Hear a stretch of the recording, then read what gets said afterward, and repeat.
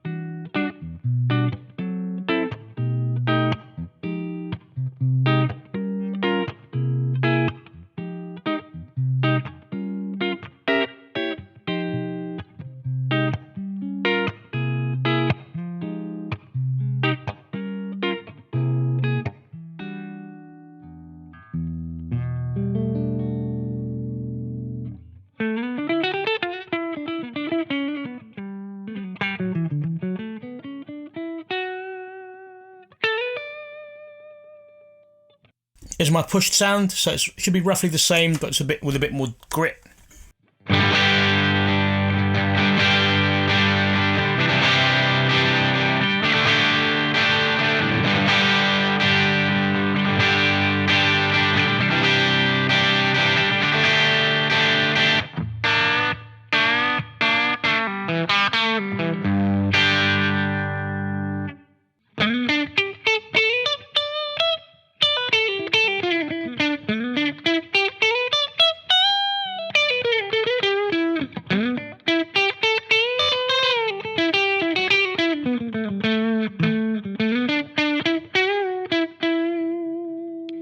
The pushed, yeah, so I've just got the drive turned up on the amp.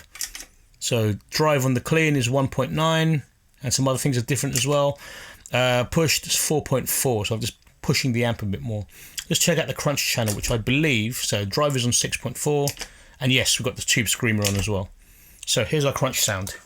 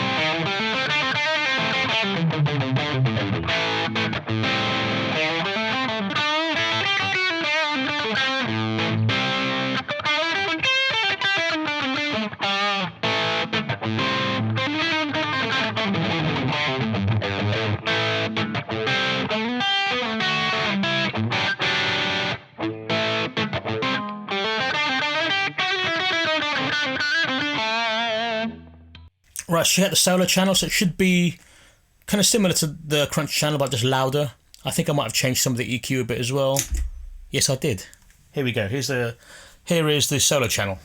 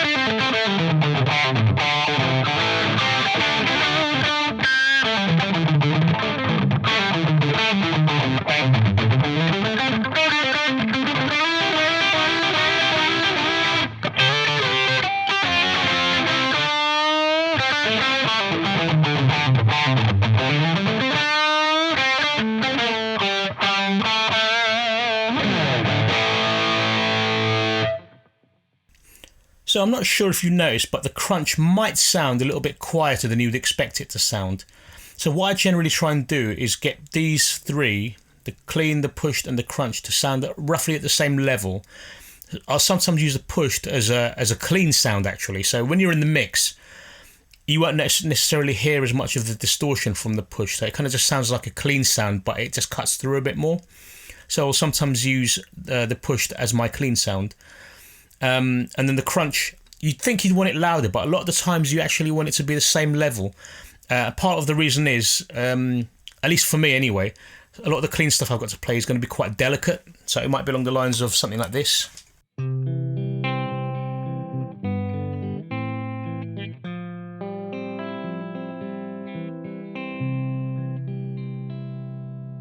So this needs to be a bit louder, the clean channel. When I'm going to say for the crunch channel, I'm usually giving it some, so it will sound something like this. So hopefully the levels will sound roughly the same.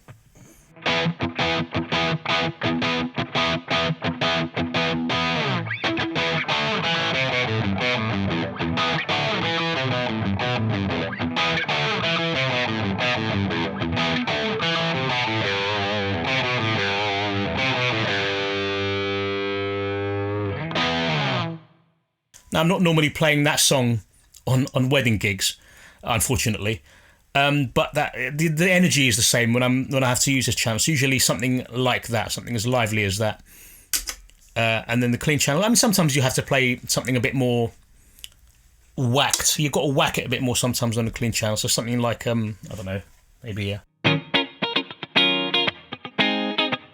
But that's where the compressor comes in, where you can kind of just rein in that smack a little bit.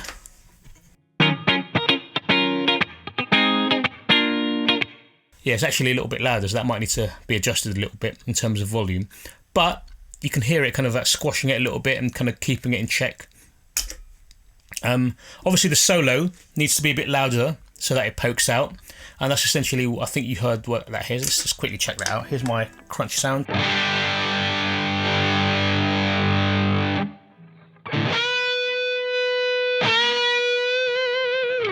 Yeah, you can hear this one pokes out a bit more. So I'm hoping that these levels are good.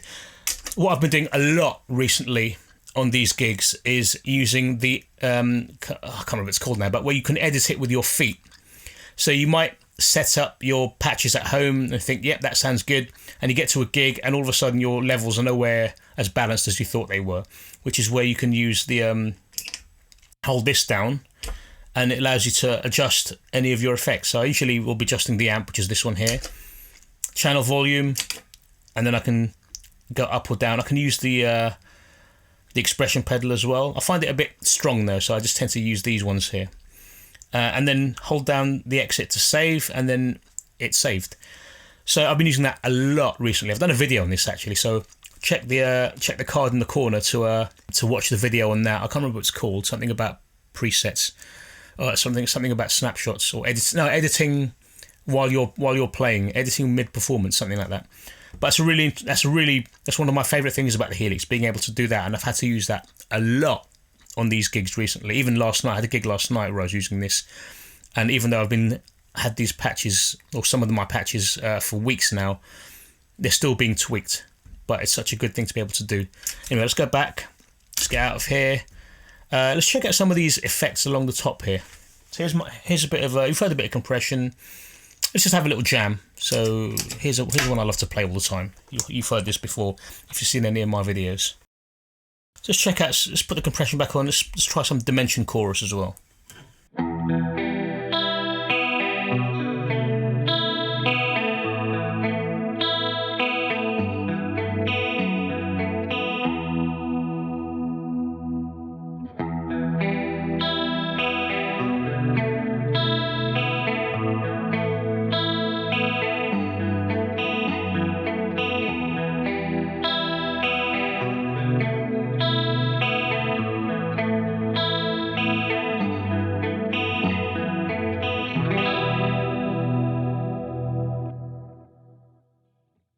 That delay is lovely.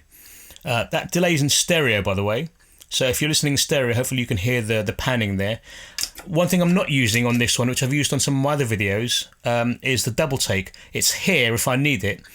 But the band that I usually use this patch on, we go in stereo and our ears are in... Sorry, we go in mono and our ears are in mono as well. So we're not going to hear the double take effect, which, if you don't know already, basically makes it sound like you've double tracked your guitar. So it kind of slightly pans it left and right and gives it kind of a bit of a stereo image. So let's quickly check that out in case you haven't heard it before. So here's without the double take.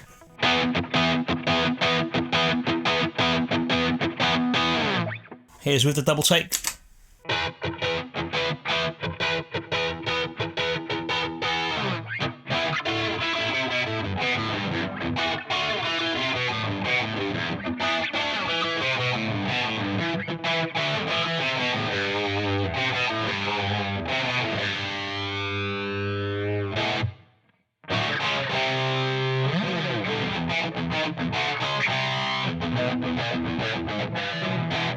Anyway, let's stop there in case the copyright police find this video.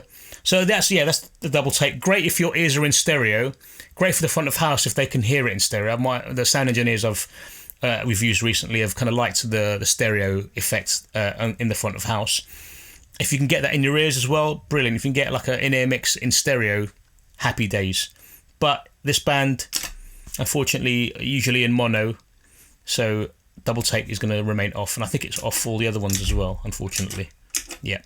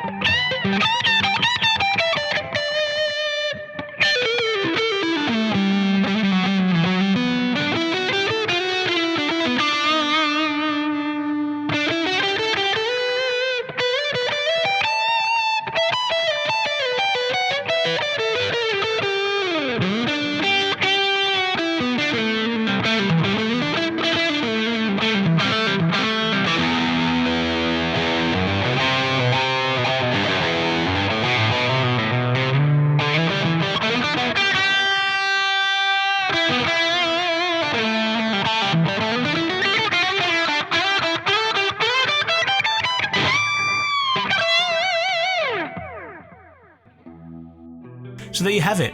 I hope you enjoyed that look at the Helix model of the Marshall JTM45. Please consider liking this video and subscribing. I'm still trying to reach my first 1,000 subscribers, although we have got a milestone coming up. We've got 500 subscribers not too far away. I know it's not massive compared to other YouTubers out there, but please, that's why I want you guys to subscribe. Hopefully you like the content I'm doing, but please subscribe so we can reach that 1,000 subscriber threshold. And yeah, more content coming soon. August is pretty much finished now, so things are starting to calm down a bit. I can get back to a more regular recording schedule, and we can get back to more regular content. So I shall see you again next Wednesday when I release my videos, and until then, have a great week and take care.